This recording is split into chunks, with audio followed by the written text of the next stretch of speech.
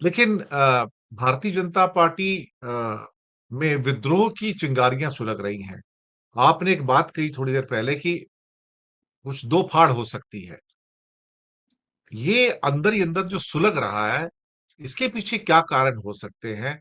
और मोदी जी इस विद्रोह को हैंडल क्यों नहीं कर पा रहे? मोदी शाह की जोड़ी कल तक तो इनविंसिबल थे, अजय थे, और आज क्यों नहीं हैंडल कर पा रहे सर इसको? समय का खेल है। जब हैंडल कर लेते थे अपोजिशन में, उस वक्त राहुल गांधी जी की जो अंतरदशा थी बहुत अच्छी नहीं थी, फेवरेबल नहीं थी। राहु में बृहस्पति चल रहा था। बृहस्पति राजनीति में सफलता का कारक ग्रह नहीं है। राहु है, लेकिन इंडिविजुअल बृहस्पति की अंतरदशा में बहुत ज्यादा फेवरेबल नहीं स्थिति होती। हालांकि लंबी दूरी की यात्रा इंडिकेट कर रही थी राहुल गांधी की कुंडली में। उनकी भारत जोड़ो यात्रा सफल हुई, और वो फलादेश मैंने मुहूर्त कुंडली पे किया था कि सफल होगी, तो वो सफल हुई थी। और उसी की जमीन पे खड़े होके आने वाली शनि की अंतरदशा में उनको देखिए जबरदस्त फायदा मिला। मैं हमेशा किसी भी चीज का आकलन करता हूं तो आने वाली दशा अंतरदशा को बहुत ध्यान रखता हूं। आज कोई अगर प्रश्न पूछता है, कोई बिजनेस लगाना चाहता है, तो अगर आने वाली अंतरदशा अच्छी है तो मैं उसको ग्रीन सिग्नल देता हूं। भले आज कितना भी अच्छा समय हो, आने वाली अंतरदशा अच्छी नहीं है तो मना कर देता हूं कि भाई मत रिस्क लो। तो राहुल गांधी जी की अभी शनि की अंतरदशा जो 2027 के अंत तक है,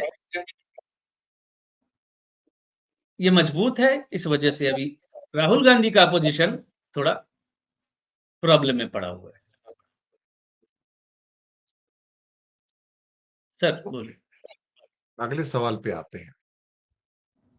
राहुल का ही सवाल है। राहुल और विपक्ष इतना भारी है कि संसद में जवाब देने की बजाय तो मोदी जी तो विदेश भागते नजर आते हैं। 40 दिन में 10 देशों की यात्राएं कर ली हैं।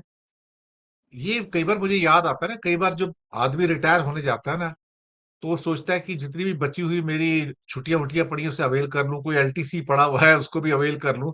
तो ये जाते जाते क्या है, भागते चोर की लंगोटी की जितने देशों की मुफ्त में यात्रा हो सकती है मैं कर लूं।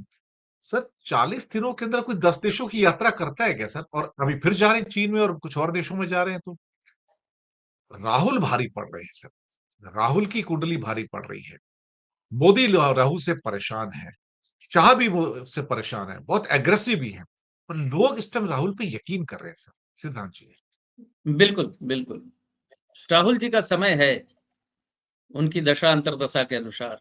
राहु की महादशा, राहु राजनीति का मुख्य कारक। शनि की अंतरदशा, शनि जनता का मुख्य कारक। इसलिए जनता से वो इस वक्त ज्यादा जुड़ रहे हैं, और 27 तक उनकी ये स्थिति बनी रहेगी। और कोई ये ना सोचे कि 27 के बाद उनकी अंतरदशा कोई बुरी आने वाली है। ऐसा कुछ नहीं है, बुरी अंतरदशा नहीं आने वाली। और उनकी 2029 के वक्त केतु की अंतरदशा शायद होगी, लेकिन मैं आपको बता दूं कि केतु की अंतरदशा राहुल गांधी जी के लिए फेवरेबल रहेगी। वो उनके लिए अंतरदशा फेवरेबल रहेगी। राहुल गांधी जी का समय अभी आने वाले वक्त तक बहुत अच्छा है। आपके हिसाब से राहुल गांधी के भविष्य को क्या हम कांग्रेस के भविष्य से नहीं जोड़ के देख सकते सर? हाँ, कांग्रेस के भविष्य से जोड़ के तो देख ही रहे हैं। नेतृत्व अगर अच्छा हो, पार्टी थोड़ी कमजोर भी हो तो वो खिंच जाती है। और उसी को जोड़ते हुए, उसी के मद्देनजर मैं शायद पहले बोल चुका हूं, वापस रिपीट कर रहा हूं, 2029 में कांग्रेस कम से कम 200 के आसपास पहुंच जाएगी।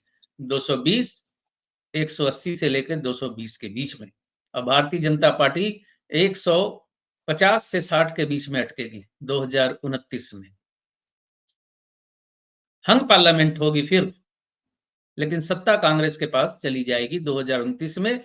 ऐसी आशा दशा अंतरदशा कुंडली के हिसाब से आने वाले वक्त पे दिख रही है। आपने बहुत बड़ी बात कह दी कि बीजेपी 150 पे लुढ़क जाएगी। कुछ ऐसा ही निशिकांत दुबे जी ने भी कहा था कि बिना मोदी के तो हम 150 के लायक भी नहीं है, दुबे बीजेपी जी ने मेरी 150 पे बात लेके जाएगी। दुबे जी ने मेरी बात सुन के ही कहा होगा। मैं तो 3 महीने पहले बोल चुका हूं ये बात कि अच्छा। 150 से 160, 150 से 160 के अंदर अटकेगी बीजेपी 2029 में। क्योंकि ये बिल्कुल दीवार पे लेखन, स्पष्ट लेखन है कि 2029 का चुनाव मोदी जी के नेतृत्व में नहीं होगा। कुछ लोगों ने ट्रोल बहुत किया था मुझे जब मैंने कहा था कि आरएसएस और बीजेपी में टकराव होने वाला है। आज बिल्कुल दिन की तरह, चमकते सूर्य की तरह सामने दिख रहा है कि संघ और भाजपा में टकराव हो चुका है। और मैं शायद 2024 में बोल गया था कि ये होना है आने वाले समय में। संघ की कुंडली पे भी अगर आप इजाजत दें तो मैं कुछ बोल दूं। मैं चाहूंगा, प्लीज प्लीज। वृश्चिक लग्न की उनकी कुंडली है और मकर राशि की कुंडली है। और इस वक्त संघ की कुंडली 100 वर्ष चूंकि होने को आ रहे हैं, तो 2022 से शुक्र की महादशा चल रही है उनकी। शुक्र स्वग्रही होके द्वादश भाव में बैठा हुआ है 2022 के बाद से, और जुपिटर के नक्षत्र में। जुपिटर धनु में दूसरे भाव से संबंध बना रहा है। तो शुक्र की जो महादशा द्वादश से कनेक्टेड है, और बृहस्पति, अभी मैं बोल के गया कि बृहस्पति राजनीति का कारक ग्रह नहीं है।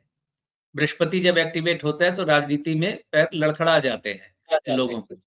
आप अगर थोड़ा-सा रिकॉल करें समय को, तो 2022 के बाद से ही आरएसएस चैलेंज के मुँह में आ गया है।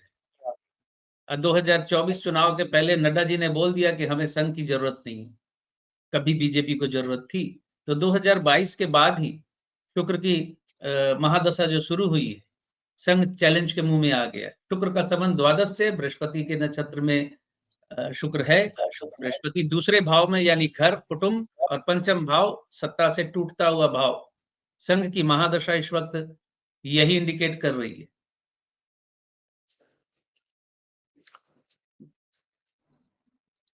संघ तो अब 5 स्टार लाइफ जीता है सर। अब उनके तो 5 स्टार ऑफिस हैं, एयर कंडीशन दफ्तर हैं उनके तो। अब वो पुराने जमाने में थोड़ी जी भिक्षा मांग के जीते थे। और आपका तो आरएसएस के साथ क्लोज रिश्ता भी रहा है काफी सालों तक। और आपने तो देखा है।